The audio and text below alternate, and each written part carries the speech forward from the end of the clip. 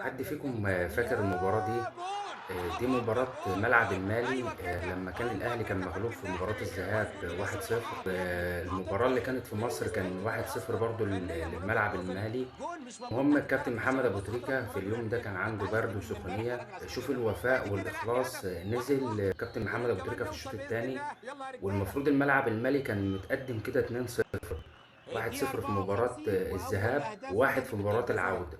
نزل الكابتن محمد أبو تريكة، اتفرج كده عامل إيه. نزل أحرز 3 أهداف وتسبب في صعود النادي الأهلي في دور ال16. المفروض المباراة دي يوروها للاعيبة بتاعة النادي الأهلي، يفرجوهم على الوفاء والإخلاص. راجل عنده سخونية وبرد وماهوش قادر. ونزل في الشوط الثاني، شوط واحد غير فيه النتيجة خالص من 2-0.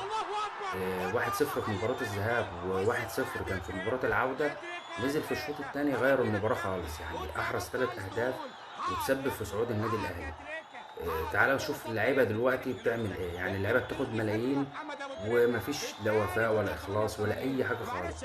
بالنسبة لهم الهزيمة عادية خالص، ولا كأن أي حاجة بتحصل، ولا في دماغهم جماهير ولا في دماغهم أي حد.